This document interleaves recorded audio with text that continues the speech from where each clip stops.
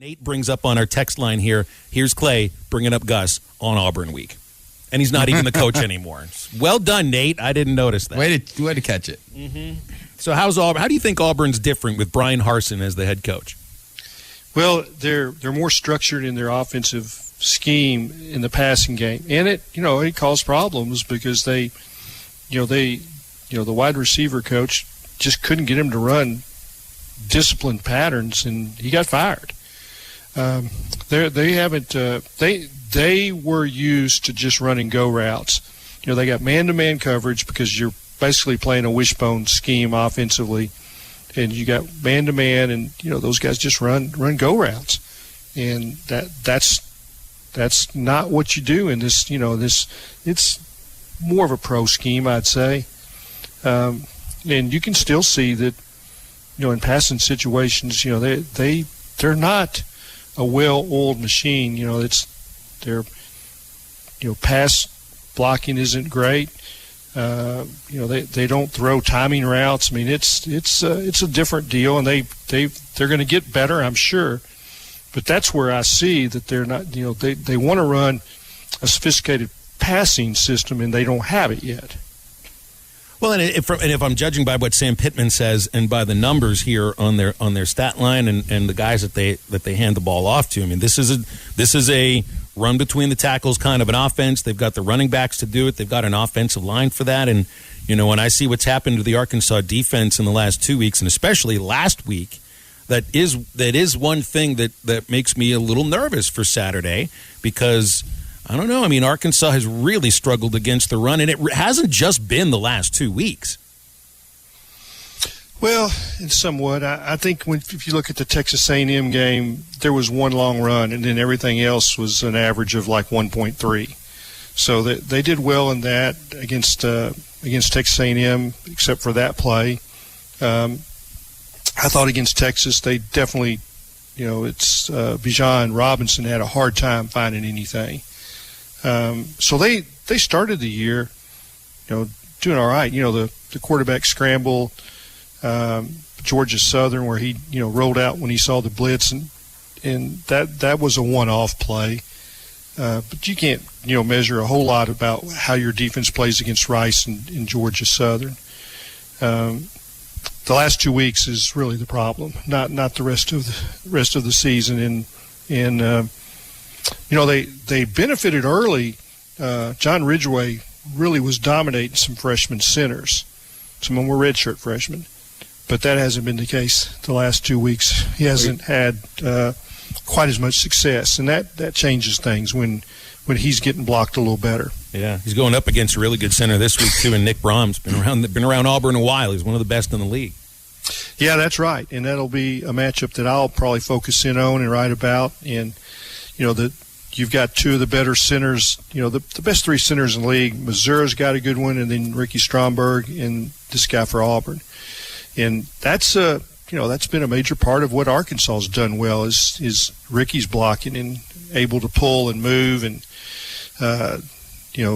do some things from the center position that give you an advantage, in your running scheme. And Arkansas should be able to run the ball this week, I think. Auburn's kind of beat up at linebacker from the way I read it. And with the defensive struggles that Arkansas's had the last 2 weeks, is there a simple fix? Is there something that you see if they just move this guy over or they added another man here that things could get back to what we saw the first four? Yeah, I mean, so people don't understand this, but it's not a simple thing. But the first thing you have to do is get off blocks, and football is we make it way too complicated. And when you're not, maintaining your blocks or you're not shedding blocks, things don't look so good and the schemes look really bad. And when you're able to whip your man and you're able to, shed blockers or maintain your blocks, and usually when that happens, it's because you're a physically superior man or your technique is unbelievable or you're so much stronger. Well, you're getting into, the teams that they've got men out there too. And so it's a little harder to do that. But I don't think, you say, well, you do run this scheme or you run that. It's about, getting prepared and physically, and when you're worn down, sometimes it's a little more of a struggle. And that's what I see from the Arkansas defense, is that they're worn down a little bit. Mm-hmm. And you talk about how they're now going up against, the men of college football in the SEC, where size is a real thing, and you go up against the best of the best. And halfway through the season, Clay, a lot of people are kind of looking at this second half to be set up to be a great second half and to be looking at an eyeballing of 5-1. Is that too much to ask for in an SEC? I don't know. Yeah, I look at it game by game and who you have available. I mean, if you're healthy and you've got your guys, then that week it's going to be good. The next week you may not. And it changes from week to week who's got their guys. And that's the nature of the SEC. I mean, you go back to the LSU game and you think last year, well, Arkansas should have beaten LSU, but they didn't have their defensive line. None of them. And, if you come into a week where you've got 3 or 4 injuries or COVID hits at one position, well, then, that changes that week. Auburn's beat up too, and they have significant depth problem. It's kind of like their recruiting the last couple of years has slipped. They lost some great defensive players. Still got some. It's like they got one of everything. They're okay, right? But they don't have backups. They don't, so, we know what that's like. Arkansas has been through that. You lose a guy and the next guy not nearly as good, or he's not nearly as experienced. But I think Arkansas, there's a reason why they're favored, and I would suspect that's the right line. And if they don't make the serious mistakes in the kicking game, they should have a great chance to win. I think Bo Nix is going to get chased a little bit. I mean, their offensive line has done that every week. You got to get him down on the ground. He's not as fast as Matt Corral. This is an important week where your pass rush has to, be accountable. We'll get into more about that with Clay Henry in just a moment, so make sure you stay tuned for this final segment of the first hour on Halftime. And if you're looking for more than a job, you need to get a hold of Baxter Regional Medical Center. They can assist you in becoming an EMT or a paramedic. If you have the passion to help others, you want the opportunity to work with an involved team and learn from the best, this is the chance. You can become an EMT in 1 semester. It takes us 3 to 4 semesters to become a paramedic. And you can get your complete certification or degree without student loan debt. How good is that? So if you're looking for more than just a job, Baxter Regional Medical Center has the opportunity. Write the number down, 870-508-1883. The website, baxterregional.org. You can get all the information on available positions right there. And Halftime back with Clay Henry. Sounds like we're taking your requests today for rain delay music, 877-377-6963. We have the best DJ in all of sports radio. I think in the country, and Matty T. He's got the good stuff for you. Never disappointed me. Out of all the DJs on sports radio. That's right. Well, DJs and sports now go a little bit hand in hand. It's usually on-site DJs. I mean, you can call a song, and in 30 seconds, he'll have it. Hey, you can have a mood, and in 30 seconds, Matty will find the music to fit that mood. He's like the Ben and Jerry wannabe guys from the movie City Slickers. You give them a meal, they've got an ice cream that fits that perfectly for dessert. That's what Matty T is for sports radio and music. And thanks to Halftime Homework, I get that reference. See? You're educating the youth. Yes. We're so proud of ourselves here. Clay, we've been focusing on the running game for Arkansas and Auburn in the previous segment. So when I look at the Arkansas running game right now, and I think you're right, and I think maybe you made this point off the air, big difference between Arkansas this year and last year is the ability to run the ball on a consistent basis. Offensive line's a reason. Great stable of backs here. I really like Traylon Smith, but I got to tell you, I really like Dominique Johnson too.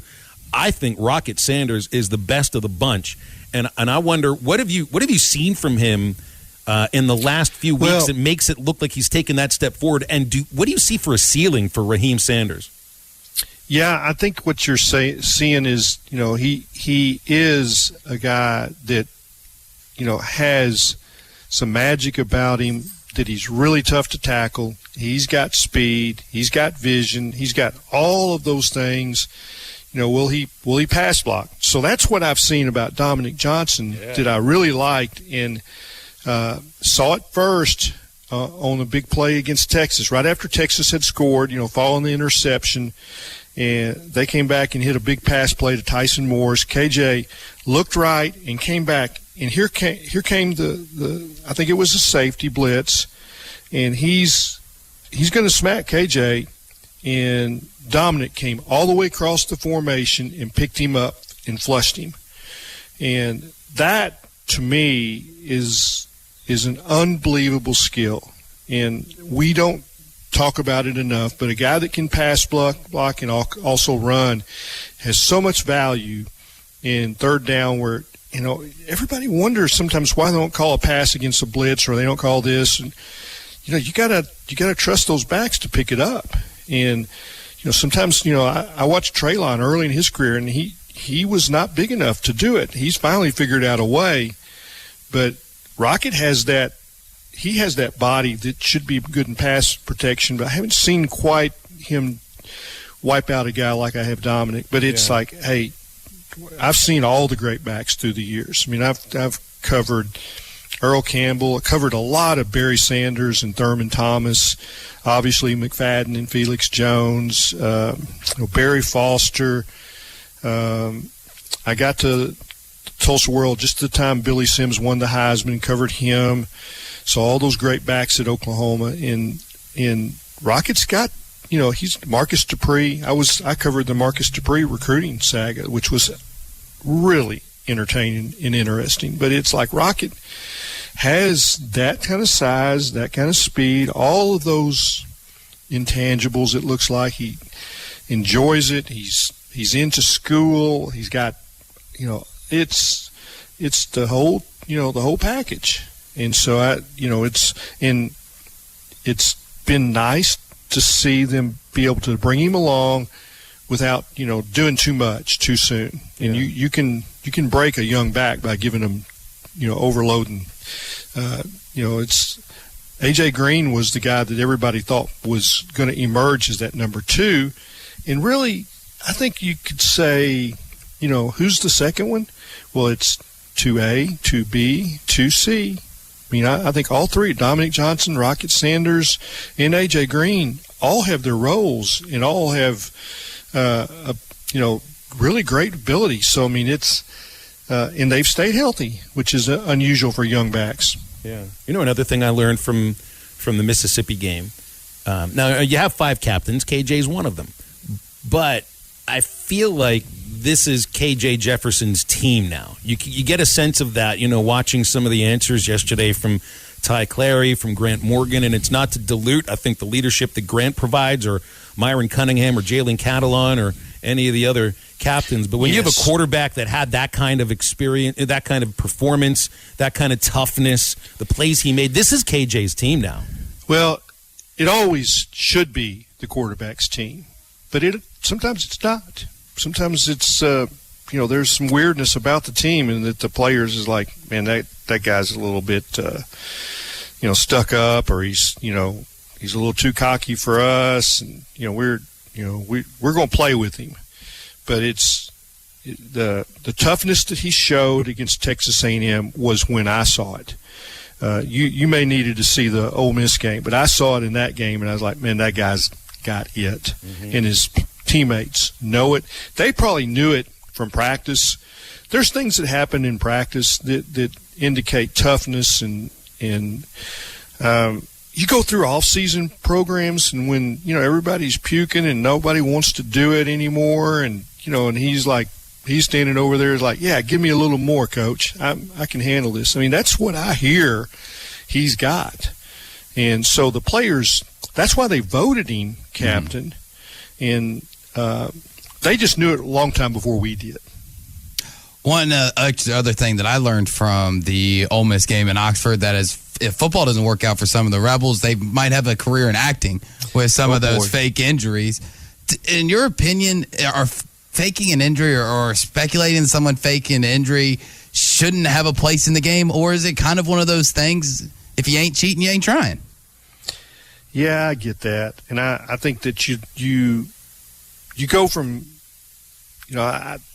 Lane Kiffin never surprises me. I did not want him as the coach at Arkansas, and he may be the coach at Arkansas someday. And hopefully I'll be retired. All I'll do be playing golf and fishing, and I won't have to hang out with him. But I mean, I know way too much about him, and you reveal your character with these type things. And we've seen all the clips now, the different games where he's pointing at the guy to go down and then chewing them if they don't go down. It's funny. I was sitting beside 3 Mississippi troopers. They all looked like they could go play middle linebacker or defensive end. And, I mean, they were studs. And we were on the top row and talking and about a lot of different – we talked about fishing, talked about a lot of things, and I learned a lot about how fast a Cruiser Charger will go on the open road. But it was when they started going down, and they weren't Ole Miss fans. They're just there working. And it's like, there's a sniper here. I was like, you guys know about snipers? He says, yeah, he's right down there with the clipboard. He's the sniper. He's got his little gun, his little right hand, and he's pointing and he's shooting them down. I was like, oh, boy. They were not impressed. So I hope I don't get them in trouble. You can't get a trooper in trouble, can you? No, I don't think so. Yeah. No. Yeah. Oh, I think these guys, they understood Coach Kiffin real well. Clay, when's the last time that you've ever sent an email or told one of the people you're writing an article about that you're going to send him the piece so that he can check for any errors, any misstatements? Did you ever call Frank Broyles Mr. Editor? Did you ever do that? No, I don't think so. I don't know that. I think my dad and Coach Broyles had really close relationships, but there were no emails or anything like that. I don't think he was sending any copy up there for him to read. But I just have always felt like you should have trust. Just like I'm doing the interview, you trust me, and I tape record, but I generally don't use the tape recording unless something happens and I can't read my own shorthand. I do really good shorthand. But it's just that just seems like you're asking for trouble with that. At some point, it's like, do you have any credibility? Exactly. And people question his credibility to begin with anyway, based upon where you get your sources from. Sometimes their sources are Twitter. The relationship that I see with ESPN and NFL and college football, the way I understand it now and how things are happening, it's like they feel like they're paying for access. Mm-hmm. And you see stuff that goes across the bottom crawl, and it's like, hey, that's how they do it. They're paying for rights. They expect to get the breaks of the story. And hey, I could fill up 3 or 4 hours of this. I think I've said enough. Well, what's worse for kind of the image of journalists and what we all do, and especially you do as a written journalist, the story of Adam Schefter of sending his article for proofreading, or the 24/7 guy from Ole Miss quoting a high school player who never gave him the quote? Which one's kind of a worse look? No, I think the latter is worse. I mean, when you're making stuff up, I think that's the end of your career. There's two bad things. You made it up, or it's plagiarism. You copied somebody else's work. Either one of those, that's the end of the road with me. I mean, those lines you cannot cross. You cross them once, and that's it. You don't get a second chance. They are just horrible looks for.